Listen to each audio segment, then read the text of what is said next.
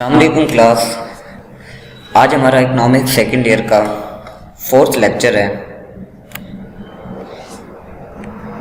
جس کا نام ہے زر کی تعریف بیان کریں.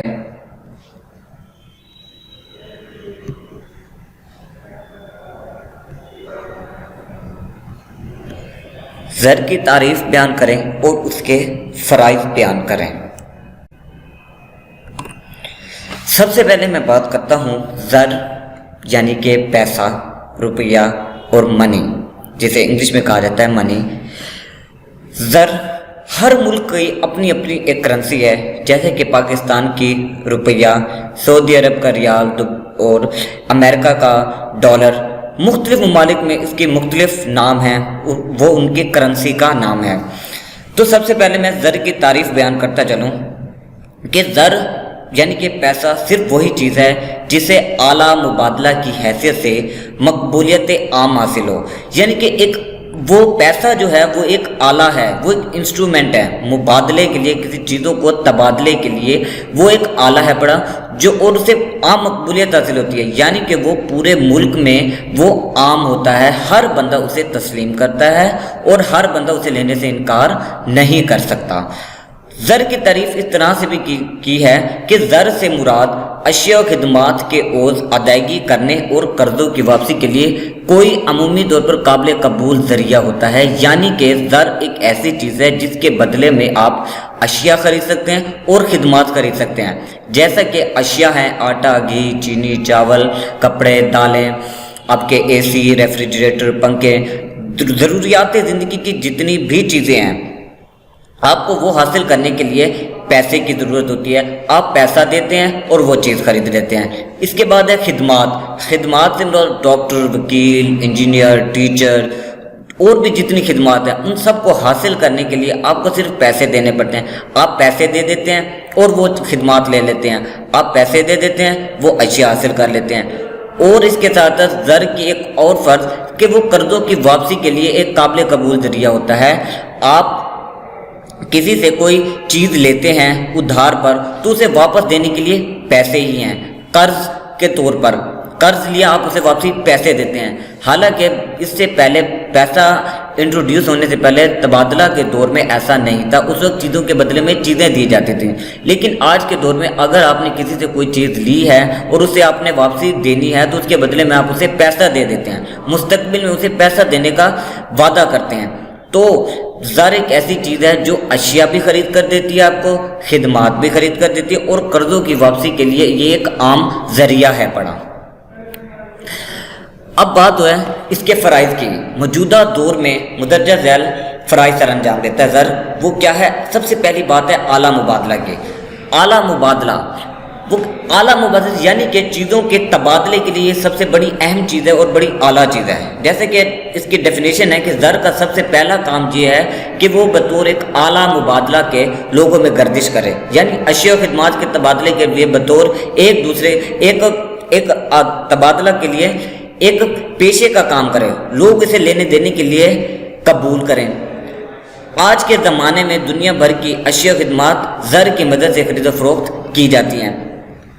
اعلیٰ مبادلہ ہے. آپ نے دنیا کے کسی بھی ملک میں کسی بھی کونے سے کوئی بھی اشیاء خریدنی ہے، کوئی بھی خدمات خریدنی ہے، آپ کو اس کے لیے اس کے بدلے میں کوئی چیز دینے کی ضرورت نہیں ہے، کیونکہ آج کے دور میں پیسہ یعنی کہ منی آ چکی ہے. آپ پیسہ دیں اور وہ چیزیں خرید سکتے ہیں، اور اسے لینے سے ہر بندہ جو ہے اسے لین دین میں کوئی ہیل و حیجت محسوس نہیں کرتا.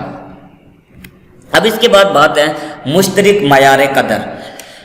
مشترک معیار قدر. زر کا دوسرا اہم کام یہ ہے کہ وہ بطور معیار قدر کے کام کرتا ہے. یعنی دوسری چیزوں کی قدر کا اندازہ زر کے معیار پر ہوتا ہے. مثلا اگر آپ نے کوئی چیز خریدی ہے، 40 کلو گرام اگر آپ چاہتے ہیں چینی خریدنا چاہتے ہیں، یا 40 کلو گرام آپ آم خریدنا، کوئی بھی چیز واٹس ایور کوئی بھی چیز ہے جو آپ خریدنا چاہتے ہیں، تو اس کے پیسے، اس کے جتنے پیسے، اس کی جتنی قیمت ہوگی وہ اس کی قدر ہوگی. اس سے آپ کو یہ پتہ چل جائے گا کہ آپ نے یہ جو چیز خریدی ہے اس کی قدر 40 روپے کے برابر ہے، اس کی قدر 50 روپے کے برابر ہے. تو یہ ایک قدر کا کام بھی کرتا ہے. اس کے بعد ذخیرہ قدر. اس سے پہلے تبادلہ کے دور میں براہ راست تبادلہ کا دور جو تھا، بارٹر سسٹم میں جو تھا، اس میں لوگ چیزیں جو تھے وہ سٹور نہیں کر سکتے تھے، لیکن پیسے کے اندر ایک یہ کوالٹی ہے کہ اسے سٹور کیا جا سکتا ہے، ذخیرہ کیا جا سکتا ہے۔ زر کا تیسرا اہم فریضہ یہ ہے کہ وہ ذخیرہ قدر کا کام بھی کرتا ہے۔ اس سے مراد یہ کہ اشیاء کی قدر اور مالیت ذخیرہ کی صورت میں کیا جا سکتا ہے، کیونکہ ہر شے گلنے سڑنے والی نہیں ہوتی ہے، اور یہ جو پیسہ ہے یہ نہ تو گلتا ہے نہ تو سڑتا ہے، اور یہ کاغذی نوٹوں کے صفوں پر مشتمل ہوتا ہے، اس لیے لوگ انہیں ذخیرہ کر سکتے ہیں۔ آپ اپنے پیسے کو ذخیرہ کر کے رکھ سکتے ہیں، اور مستقبل میں جب بھی آپ کو پیسے کی ضرورت پڑے آپ اپنا پیسہ استعمال کر کے چیزیں اور اشیاء اور خدمات خرید سکتے ہیں۔ تو اس کا تیسرا اہم فرض وہ ذخیرہ قدر بھی ہے۔ اس کے بعد آئندہ ادائیگیوں کا معیار۔ آئندہ ادائیگیوں کے مراد یہ ہے کہ آپ مستقبل میں آپ نے کچھ بھی ادائیگیاں کرنی ہیں، کچھ بھی پیسے دینے ہیں، لین دین کرنا ہے، آپ نے کسی سے کوئی چیز لی، آپ نے اس سے یہ کہا کہ میں آپ کو پیسے، اس کی جو ادائیگی ہے وہ میں آپ کو 1 مہینے بعد، وہ جو 1 مہینے بعد آپ کریں گے وہ آپ پیسے کی صورت میں کریں گے، نہ کہ اس کو اس شے کے بدلے میں وہی شے دیں، کیونکہ آج کے دور میں پیسہ آ چکا ہے، اور یہ پیسہ جو ہے یہ آئندہ ادائیگیوں کا بھی ایک ذریعہ ہے۔ جیسے کہ وہ کہتے ہیں آئندہ ادائیگیوں کے معیار پر ایک کام یہ بھی ہوتا ہے کہ وہ آئندہ ادائیگیوں کے معیار کے طور پر کام کرتا ہے۔ لوگ اسے ادھار لین دین میں قبول کرتے ہیں۔ آج کل لاکھوں اور کروڑوں روپے کا ادھار لینا زر کی شکل میں ہوتا ہے، اور اس کی واپسی کی ادائیگی میں کوئی مشکل پیش نہیں آتی۔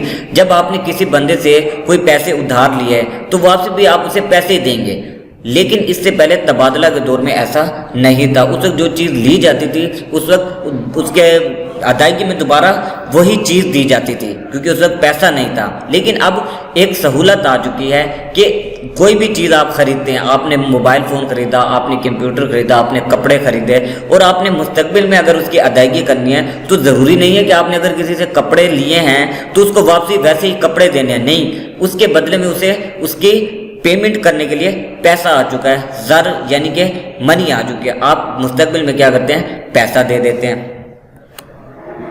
انتقال قدر۔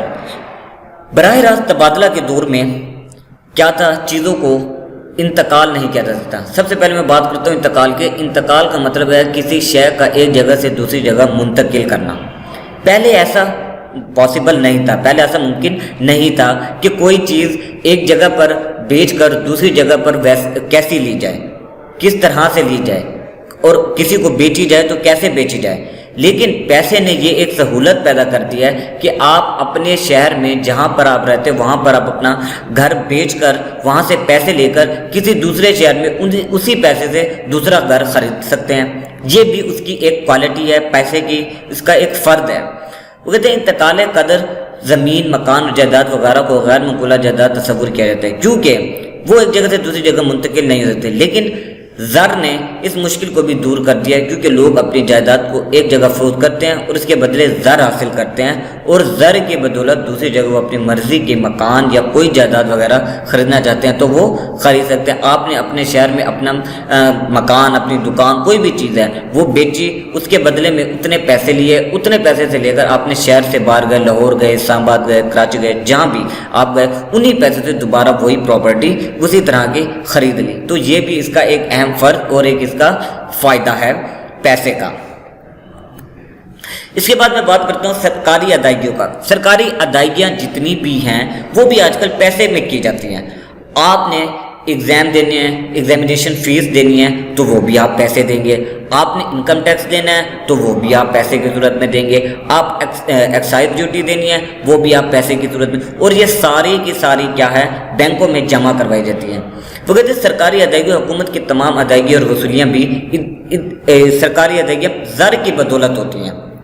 آپ گورنمنٹ جتنی بھی ادائیگیاں کرتی ہے یا جتنی وصولیاں کرتی ہے، گورنمنٹ ملازمین ہیں، جتنے بھی گورنمنٹ کے ملازمین ہیں ان کو جتنی سیلری ملتی ہے پیسے کی صورت میں ملتی ہے۔ گورنمنٹ کوئی بھی اسکالرشپ وغیرہ دیتی ہے وہ بھی پیسے کی صورت میں دیتی ہے۔ جیسے کہ آپ نیچے دیکھ سکتے ہیں کہ یہ 2 ڈائیگرامز ہیں پاکستان کسٹم کی اور انکم ٹیکس آفس کی، پاکستان انکم ٹیکس کی۔ تو پاکستان کسٹم ہے، یہ انکم ٹیکس آفس ہے، آپ نے جو بھی پے کرنا ہے آپ پیسے کی صورت میں پے کرتے ہیں۔ تو زر کے ایک اہم فرض یہ بھی ہے کہ وہ آپ کی سرکاری ادائیگیوں کا ایک ذریعہ بھی ہے۔ تو عزیز طلبہ، آج کے اس ٹاپک میں